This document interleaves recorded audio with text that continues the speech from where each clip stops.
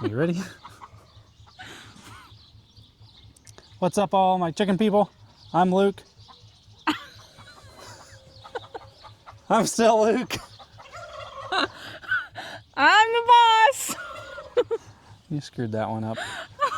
Welcome to 5 Acre Farms. We're not redoing that. We got a chicken video for you today. The top 5 best chicken breeds. They're right here behind me. But let's get into our chicken yard. I think we have some controversial breeds on our list of what we think is the top 5, but maybe you guys think differently. So we're going to turn you around and kind of show you our setup of what we have, because we've seen a thing or two, because we've raised a thing or two. So this is our breeder setup. We have a video, I'll link it down below, on our breeder pens. But we have 2 breeder pens back there, a pen right there, a little one in between there, 2 pens per coop, there, there, and there. So we have 8, 9, 10, 11, currently we have 12 breeds of chickens. So we've been raising chickens for a couple years. A couple years. Couple years, we'll just go with a couple years to sound young and ignorant. But we've raised them all. I feel like we've done this forever. Caitlin's done 4-H growing up. I didn't, but I've had a passion for animals for a long time, so it landed us here with chickens. We raise other animals too, but chickens is kind of our niche. So this video is for the 5 what we think are the best chicken breeds. With that being said, I think, well, I know this is all our opinion. This is not whatever 5,000 people voted and these are the best 5 chicken breeds. These is strictly our opinion. I think a lot of you are going to agree with some of the birds we have on our list, and I think some of you guys might disagree, and that's okay. That's part of it. But we're going to we're a hot mess today. It's been raining all day. This is the first sunlight hour we've had. So we're going to talk about the breeds we think are the best, in our personal opinion. And you guys can disagree down in the comments. Or agree. If there's something that you think we missed, please comment down below. We want to see what you guys think, or is your favorite, and why. Or if you think something on our list shouldn't be on the list, tell me why. We'd like to hear it. So let's go grab. We have 3 runner-ups. So it's hard to decide. It's hard to pick 5. I mean, we have raised probably 40 different breeds, and we're down to like the top 12 that we raise. Now, the top 12 we raise aren't the best chicken breeds. They just what sells the best. We're in the business to sell chickens. You turkeys are getting old. This is what we deal with every day, all day. So we narrowed it down to the breeds that are selling best in our area. Now, this may not be the breeds that sell best in your area or what you like specifically, but we try to raise breeds that we don't find in farm stores. And some of the breeds on this list you can find in farm stores. So if you're trying to figure out where to find these specific top 5 or 8 breeds, a lot of them you can find in your box stores.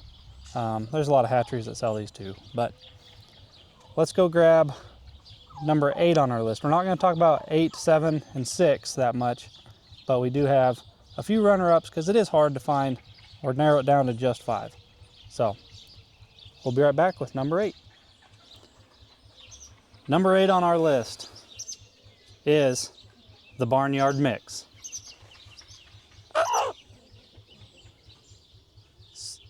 Now, we put the Barnyard Mix on as a runner-up for the top 5, and maybe it should be in the top 5, but there's a lot of pros to having Barnyard Mix chickens. What? Do I need to hide that? Can you make this a PG-13 channel? Well, Guys! This is a one-take show, guys. You get what you get here. We're gonna have to blur this out over here. All right, move along. Don't mind the turkeys. Yeah, Jesus Christ. We're learning about the birds and the bees, as well as the top 5 chicken breeds. All right, number 5 on the list, or number 8 on the list. You got me all messed up. Number 8 on the list, barnyard mix. The pros of barnyard mix is, if you have a rooster, you can, of any breed, with your chickens, so you can have all the breeds that you want, and then let them hatch their own. Yep. A lot of chickens go broody a couple times a year if you let them go broody, and you can just, if you have a rooster, let them sit on their own eggs, and you don't have to have an incubator. If they're good heritage breed chickens, they're usually good mothers. So let them sit on their eggs, convince your husband or wife that you need more chickens, or just quit collecting eggs under that hen, and oops, we had chicks. Barnyard mixes. Free, right? Free chicks. How can your spouse complain when you have free chicks? So this is one of ours. She's a Wyandotte red, production red mix. I don't know. She's really pretty. Yeah, very, very pretty. You can get some really cool colors. Maybe mix some of your Wyandottes with some of your Brahmas or some of your Ameraucanas, or a lot of your olive eggers, your BC1s and your F1s. Those are all essentially barnyard mixes, but they lay a different colored egg. So we think barnyard mixes, these turkeys are something else. We think barnyard mixes definitely need to be in the top 10, if not the top 8, because they can be extremely hardy chickens because they have such diverse genetics. A lot of these breeds have narrowed down their genetics so tight because to get certain color patterns or certain egg colors, that they weaken their genetics and their hardiness. And when you start diversifying that, you can get some extremely hardy chickens, extremely friendly chickens, and extremely good egg layers if you mix certain breeds. So I think we have a ton of barnyard mixes running around that one of our hens goes broody in the barn, we just let her go broody. And whatever hatches and survives, survives. If that chick can raise from day-old chick to laying hen without any help from us, that chicken is going to be a really good, hardy chicken. And those genetics are genetics we want to keep in our flock. So I think she's getting tired of being held. So let's go on to number 7. Number 8, barnyard mix. Number 7 on our list, and like I said, these 3, 6, 7, and 8 are in no particular order. So, but we think not the top 5, but shortly underneath it is the Brahma. So don't mind her being a little bit muddy. It's been raining all day today. But this is a light Brahma. The information I'm going to be reading you guys is information we think is valuable, and also just stuff we pulled off Google. So don't think we're professionals, even though, you know, she's a good-looking professional.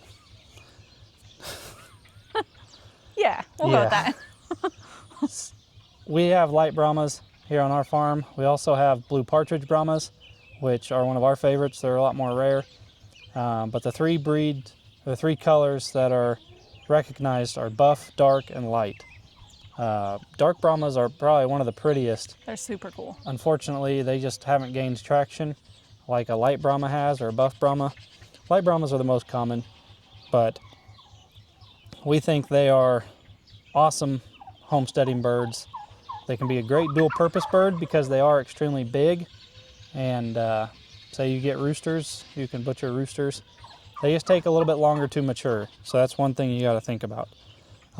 They can live up to 5 to 8 years, so they can moderately be a long-lived chicken.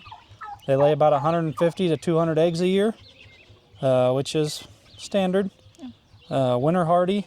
Very winter hardy. They have feathered feet, feathered toes, so they can withstand sub-zero temperatures and not deal with frostbite.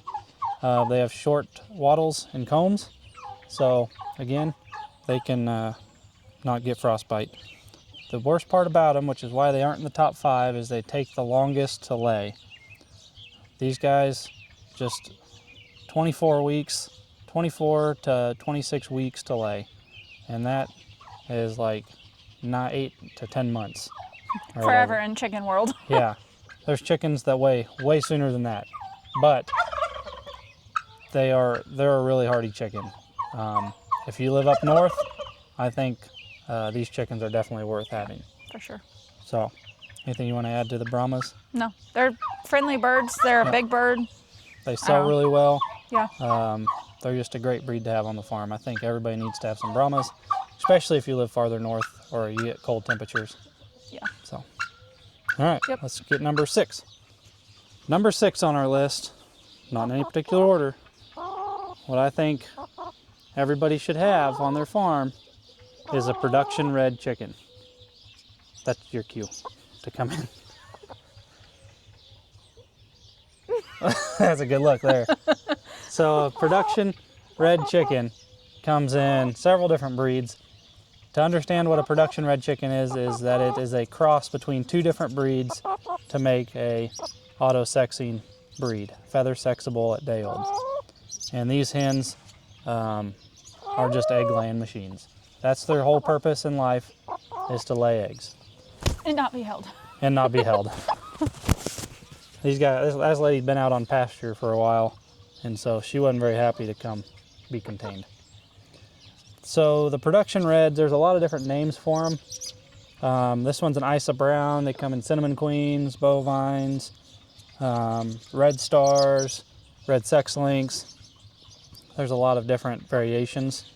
Each one is bred for certain production levels, but this one is an Isa Brown, which is Isa Brown, cinnamon queens. They're very common, but they are going to lay you close to 300 plus eggs a year, and they're going to do it early.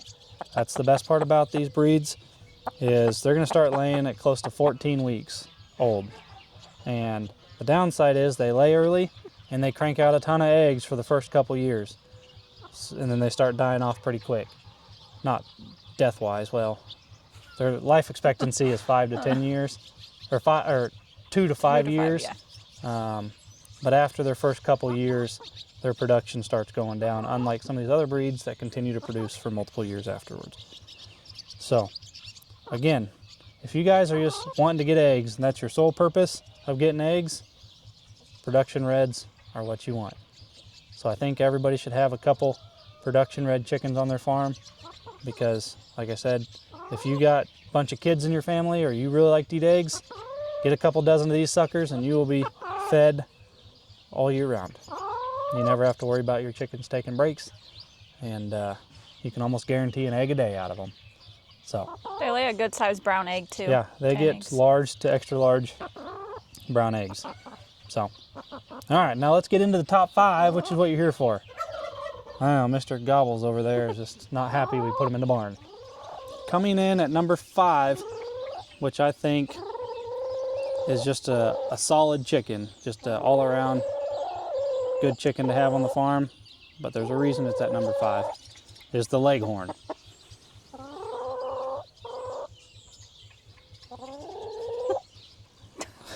She's like, checking it out. So the Leghorn, all white chicken, well, they come in brown Leghorns too. This is a white Leghorn. And they usually have a little floppier comb. This is the closest thing we got to a Leghorn. She's a little bit of a mix, but she's a great egg layer. They lay a big white egg, so large to extra large eggs. These are the chickens that lay your cheap white eggs that you get in the grocery store. They lay 4 to 6 years, 16 to 18 weeks to lay, so they're early layers, high production. They're really not good for beginners. They're really noisy, as you can tell. Hopefully you can hear us. They're a little flighty. They're just a little skittish, but if you work with them, they can be good chickens. But I think they're worth having. You're looking at 280 eggs to 320 eggs a year, so that's a good amount. Mm-hmm. You're almost guaranteed an egg a day out of those guys. when I say you're guaranteed, that's outside of like peak summer heat and peak winter. But yeah, other than that, you got anything? No. The white Leghorn or brown Leghorn, they're pretty much the same, just different colors.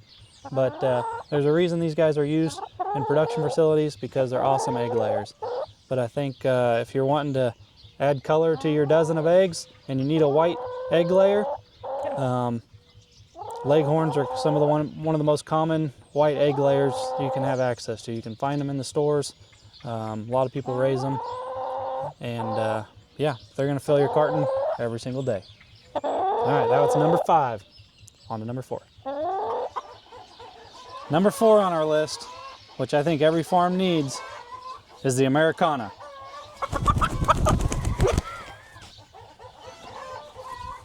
Yeah.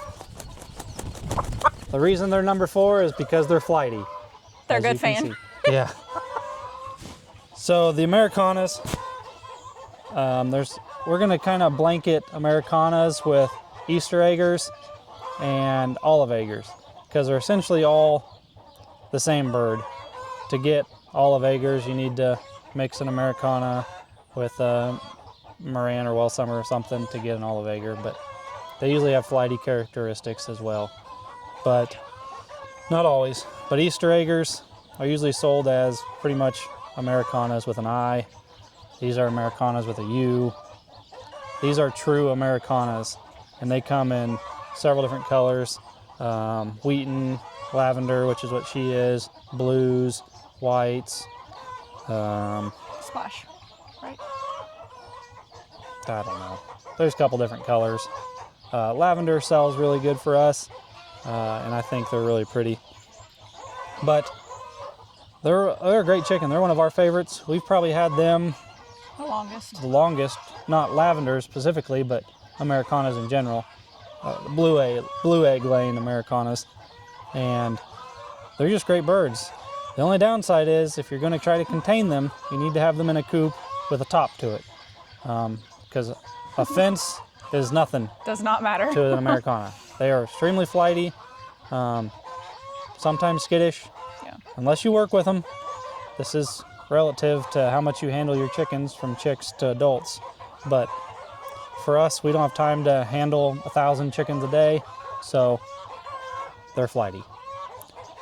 They do lay 250 eggs a year, roughly 250 to 300 eggs a year. And they're a little bit smaller than a large, so a medium to large size egg. They can live up to 5 to 8 years. Start laying at that 18 to 20 weeks, which is average. And they're most well known for their colored eggs. So if you're looking to get a dozen eggs of multiple different colors, you're going to have some type of blue egg layer. And the most common blue egg layer is the Ameraucana or Easter egger. So I think everybody needs Ameraucana in their top 5. They also have muffs. Yep, they have cheeks, poofy cheeks. You can't really tell. There we go. They're the cutest thing as chicks. They are. So after we get done here with all these, we'll go into the brooder room and show you some of the chicks of these breeds as well. So what was that, number 4? Yep. Let's go down to number 3. I skipped number 4 or 5. Ameraucana is number 5. This next breed is number 4. So Ameraucana is number 5. I'm trying to keep track here, I promise. So number 4 on our list is the Wyandotte. Look at that bird. Wyandottes are really most known for their beauty over anything. She doesn't like to be held either. We don't cuddle our chickens, so none of them like being held. Don't judge us. Yes. This is a gold-laced Wyandotte, as you can tell, which is a black chicken with gold laces. And they are extremely gorgeous. Almost all Wyandottes are really gorgeous, and a lot of them are laced. So a couple of the other colors come in silver laced, black laced, blue laced, buff laced, silver penciled, white, blue, or blue laced, white, chocolate, lavender, Blue lace red. Blue laced reds. There's a bunch of different color variations of the Wyandotte. But we're going to blanket them into just Wyandottes, not specific color. Blue-laced reds are one of the most popular. The dark blue chicken with red lacing. Gold-laced and silver-laced you can find in feed stores really all the time. Rose combs, they go broody, they're good mothers, not extremely flighty, just a winter hardy, good, healthy, heavy bird. A lot of people raise them for dual purpose because the roosters do get really big, and so you can butcher roosters if you don't need a rooster. They can live 6 to 12 years, so they're, like I said, long-live hardy bird. They only lay about 200 eggs a year, which is less than some of the other breeds, but you're still gonna get quite a few eggs out of them. And then they start laying 18 to 20 weeks. So not the quickest, but not the oldest to lay. But I think Wyandottes, if you're just looking to have a few chickens running around your yard and some really pretty chickens, I think Wyandottes are a really solid option. They're just gorgeous birds to have running around the farm. A lot of times when we have people come to our farm, everybody asks what this chicken is because it really is one of the prettiest ones running around. So they make great pets too. I know a lot of people that have Wyandottes and they name them and cuddle with them and eat out of your hand and jump on your lap. So they get really friendly. I think a lot of you guys will agree that Wyandottes need to be in the top 5. So anything to add? No. Buy you a Wyandotte. Yeah, buy Wyandottes. We don't raise them. Not from us. Yeah, we don't raise them. We used to. And it's not because we didn't like them. We just didn't sell them as much. You're seeing them more and more often in the feed stores. And so a lot of people are buying sexed pullets in the feed stores, and we just don't sex our chicks. So nobody's going to come buy a straight run Wyandotte when you can buy them in the store already sexed as pullets. So we got out of Wyandottes. We used to raise blue-laced reds, splash-laced, gold-laced, and silver-laced. Yep. So we raised them all. We thought that was going to be the next $1 million idea, was raising all the Wyandottes. And we sold a lot of them, but just not enough. There's other breeds that sell better. It's just a business thing. If we were just having chickens around the farm, we would definitely have a couple Wyandottes. Yeah. So well, now we do. Yeah, we got this one. So, all right, on to number 3 now.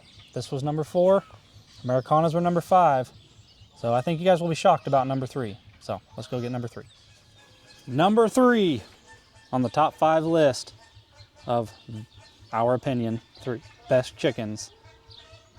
Most of you guys may not even have heard these chickens. We didn't know about them until when we were new into chickens. But they are hands down my favorite chicken that I get asked all the dang time. If you could raise one chicken and have one chicken on your farm, what would it be? This is my opinion and my personal favorite, and I think anybody that's watching this that has raised these will agree that it makes probably their top 5 too, is the salmon faverolle. Little Sammy. So, the salmon faverolle, they come in a couple different colors. Salmon is most common. I think they have white faverolles. I'm not 100% sure. Salmon's most common. So we put salmon faverolles as number 3. Hands down, my favorite chicken.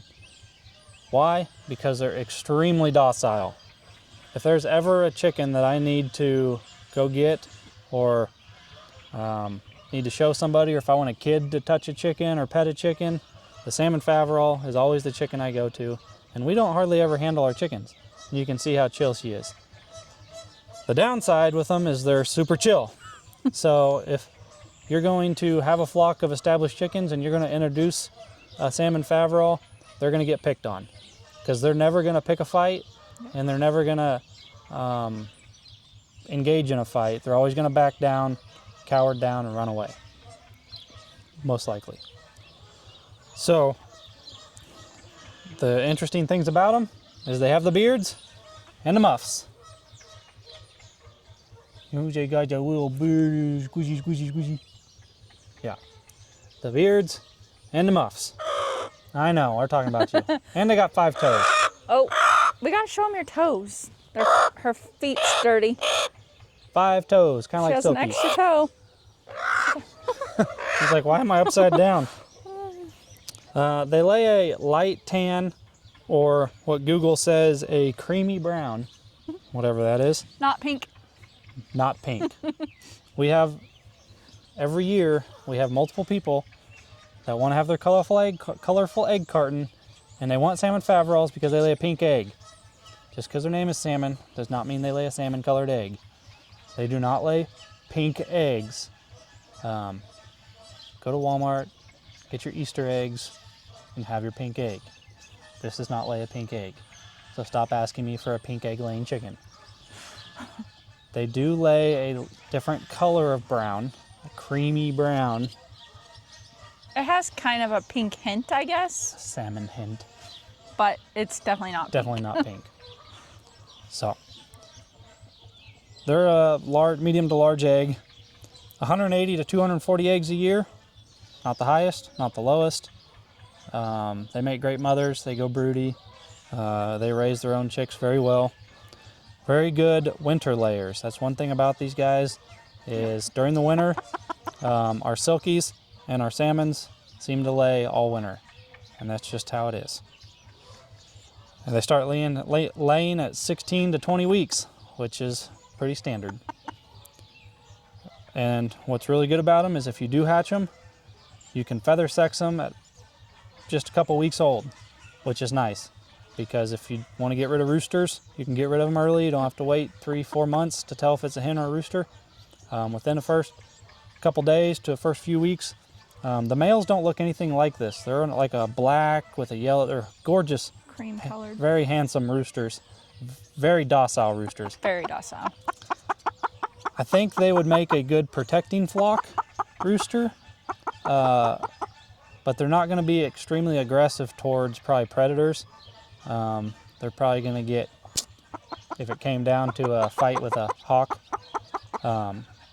But I think they're going to be a great watcher over your flock. They're a big bird too, so they can be dual purpose. But hands down, my favorite. But they aren't egg producing machines like some of the other breeds, so that's why they aren't in the top 2. But salmon faverolles. Everybody needs a salmon faverolle. They're so cute. Get you a salmon faverolle. If you got a salmon faverolle or own them, comment down below and tell everybody how awesome they are. Because I think everybody needs them. All right, let's get on to number 2. Number 2 is a tie for second. So I guess we both got to go get a chicken. You got it contained over there? Barely. All right, number 2 is what I think is a tie between the Barred Rock and the Rhode Island Red. And she ain't happy about it. Maybe we should have put her at number 3. Yeah. This is a compliment. You're number 2. You made the top 2. Calm down. No, thank you. So. Yours is just chilling and mine's all, hey. Well. Put her at number 10. Barred Rock, or Rhode Island Reds, don't ever buy one. They can be feisty sometimes. Temperamental. It's yes. Okay. Not like being held. Barred Rocks, on the other hand, pretty chill. So we put these ladies as a tie because they're very similar, but very opposite. And we say that they're both really good egg producers. Rhode Island Reds is in that 250 to 300 range, which is a little bit higher. The Barred Rock is that 200 to 250. They both start laying at the 18 to 20 weeks. The interesting thing about Rhode Island Reds is they don't go broody near as much as a lot of other breeds. I'm sure they can, but I don't think we've ever had one go broody. They'd rather drop an egg and skedaddle. Yeah. But Barred Rocks, on the other hand, do make good mothers, and they do go broody. So if you are looking for a chicken that can raise its own, I think a Barred Rock's a better choice. If you're looking for just a chicken that lays more eggs, you don't care about getting chicks, get one of those psychotic chickens. They're not all psychotic, I promise. They just don't like being held. Rhode Island Reds do better in a warmer climate. They're a little bit thinner bird than the Barred Rock. Barred Rock is better in colder climates. They're just a little bit heavier of a bird, There are a lot of people raise barred rocks for dual purpose reasons, because you can butcher off your roosters at 6 to 8 months when the hens start laying. So if I had to guess between these two, I would probably take the barred rock. That's just a personal opinion. They're both great chickens if you're wanting eggs. Can't go wrong with either one of these. You can find them in the stores. You can usually find them cheaper on a lot of places because so many people produce them. But barred rocks are just a gorgeous color. That's why a lot of people like them. They're kind of the cheapest, most common, cool colored chicken you can buy. I raised barred rocks when I was growing up for 4-H. That was my go-to. I had Rhode Island Reds too, but barred rocks were my favorite. They're also just more chill. I mean, obviously you can tell that the Rhode Island Red is just a little more high-strung. They just want to go all the time, but a barred rock is a little bit more laid back. But we've noticed the barred rocks will come to you. Yes. Rhode Island Reds go away from you. Away. Yeah. So they don't really want to be around you. But egg for egg, Rhode Island Red's going to lay more eggs than the barred rock. Yep. So they are both very good candidates for the number 2. All of you guys have probably owned a barred rock or a Rhode Island Red if you've ever been into chickens. Yeah. And you can't go wrong with them. Sorry, I gotta stop waving my hand around this thing. I'm gonna start doing karate. She's gonna peck you. She's gonna eat my finger. I better stay away. All right, you guys are all here for number 1 to see what it is. Caitlin's favorite chicken. So oh yeah. Let's go get number 1. Number 1, best chicken, hands down. Our opinion. I think a lot of you guys will agree with it. Give it up for the Australorp. Ah! I think a lot of you guys will agree or disagree, but you cannot say the Australorp will not make it in somebody's top 5. These guys were our very first chickens we ever bought as a family, and we still have some of those chickens in this barn that are they turned 7, 8. 8. They 8 turned years 8 old this spring. And occasionally we'll get one of those honking big old eggs Massive that come from them ladies. It's not very often. They've slowed way down. But these old ladies can straight up produce eggs. I mean, as for personality and egg production, it's usually one or the other. You're either going to get the eggs and not the personality, or you're going to get the personality and not the eggs. With the Australorps, or some call them the Australops, or call them the Australorps, but they're going to lay 250 to 300 eggs a year. You got to remember that there is a lot of weather days and low light days and stressful days on a chicken that will keep them from laying. And to get 300 eggs a year, there's usually more than 65 crappy days in a year. So they will lay almost nonstop, and they got to molt twice in that year. So they're going to slow down laying there too. Day in and day out, the Australorp lays eggs. So 250 to 300 eggs a year. They start laying at 16 weeks, which is on the lower end, not quite production level, but right there. And the Australorp holds the world record for the most eggs laid in 1 year, which is 364 eggs every dang day. Except for one. Except for one. Christmas. They took Christmas Day off. Bad hair day. I don't know. One reason I think a lot of people choose Australorps is because they're black. When it comes to, if you're free-ranging chickens, I'm not going to say this is right or wrong, but a lot of people want black chickens or a black chicken to scare away hawks and owls. People say, I'm not saying this is confirmed or denied, that having black chickens look like crows, hawks and owls, don't want to mess with crows, yada, yada, yada. So a lot of people get black chickens. If you're going to own a black chicken, get an Australorp, not an I.M. Samani. Those things are freaking wild. So talk about a flighty bird. Yeah, there's no reason they're on the top 10. Winter hardy. These girls are just freaking tanks. Like, it could be -20 out and everybody's in the coop. The Australorps are out here just chilling in the snow. Like, all right, where's the mealworms? Where's the scratch? Feed me. Like, it doesn't affect them. They're just hardy.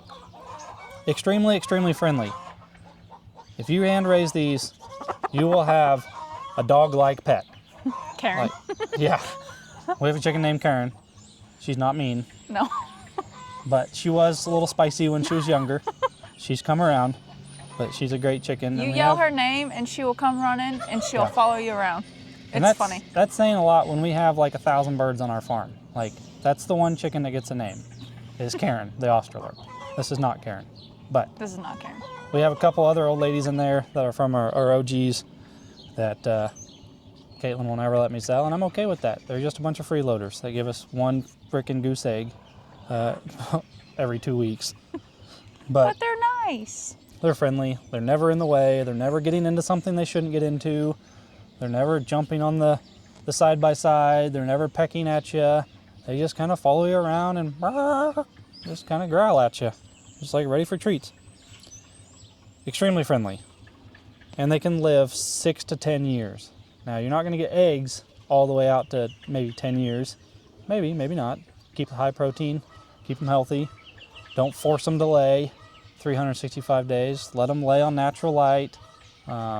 Make a stress-free environment. You're going to get over 300 eggs a year. And this is from a chicken that's not a production breed. So, which means it's going to live longer. So, did I miss anything on why the Australorp is your favorite chicken? No, because they're awesome. Because they're awesome. You heard it from the boss. That's right. AKA Caitlin. That this is hands down the best chicken breed. And I think you can find these guys in the store. We don't raise them just because they're something you can find readily available in all your box stores. All the hatcheries have them. These guys in Rhode Island Reds are the most well-known chicken. You know, when I was growing up, I wasn't a chicken person, but if you ever saw chickens or thought of chickens, everybody thought of Rhode Island Reds, and then they thought of Australorps. I think everybody needs Australorps. If you're ever going to get into chickens, hear me out. You cannot go wrong with buying Australorps. If you're new to chickens and don't know anything about chickens, trust me when I say Australorps are hands down going to be one of the easiest chickens to raise, the most friendly chickens, kid-friendly, pet-friendly. We have pictures of our dogs sitting in the backyard with chickens standing on top of them. Yep. And we have hunting dogs. So put that into perspective. Like, they don't care. They're bold, they're brilliant, they're friendly. I don't know, am I missing anything? No. It'll be a breed that we probably always have on the farm. I agree. So, other than that, that's it.